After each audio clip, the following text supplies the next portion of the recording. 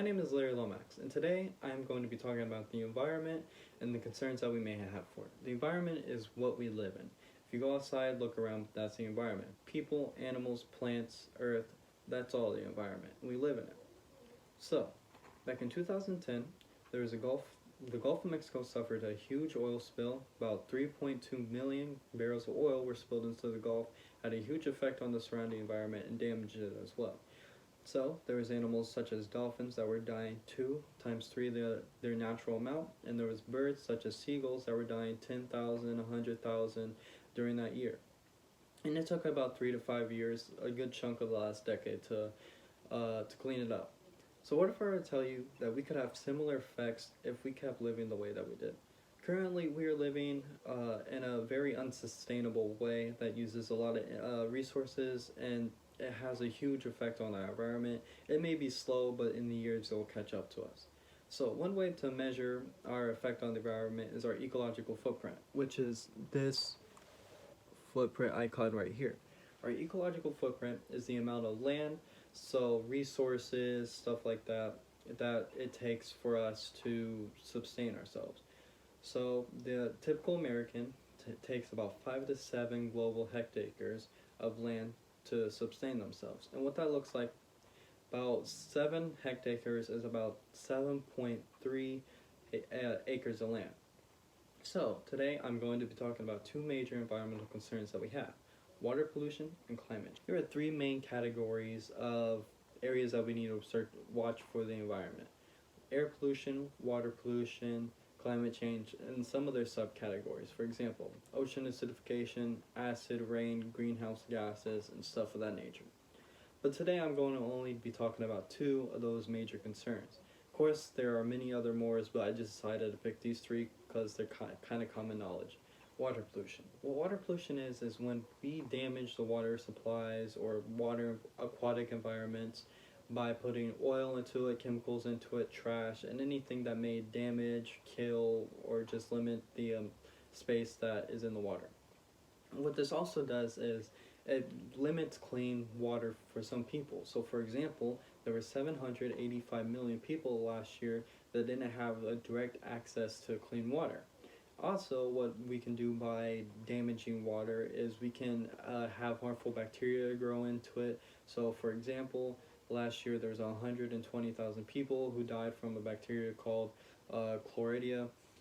And what this shows is we need to change our ways to take care of our water better so people have better access to clean water and that there aren't harmful bacteria or organisms in there that can kill people and stuff like that.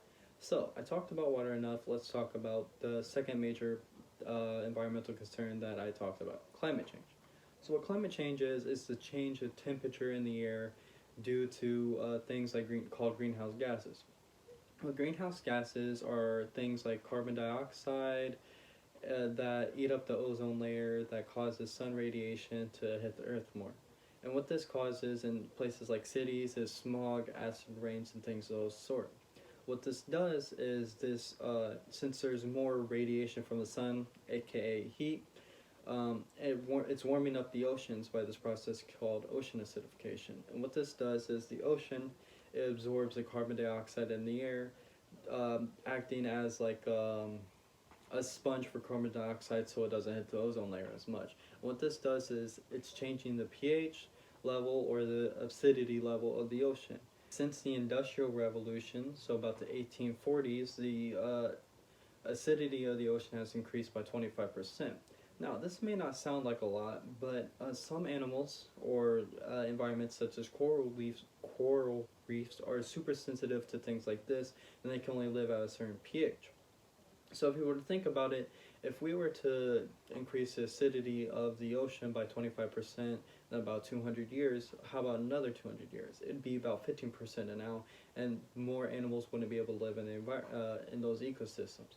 And another thing this does worry about is since climate change has to do with gases in the air, such as carbon dioxide, this can lead to health risks such as like heart attacks or anything that like lung irritations and things like that can cause 5 million people to die each year. And another thing that we need to watch out is, since it's going to be more warmer, is more droughts are going to be prevalent, and some areas are going to dry out due to the increased temperature change. Since I talked about climate change and water pollution, which are two big environmental concerns that we have, we need to make sure that we continue to be cautious of what we do and to take care of the environment around us. And a way that we can do that is we can join environmental clubs or organizations such as the Environmental Club at Purdue, which would help us become more aware of our actions and help us do volunteer activities such as like cleaning a ditch or cleaning a road. Some organizations do stuff like that, and you could get involved in that as well. So that's all I have to talk about.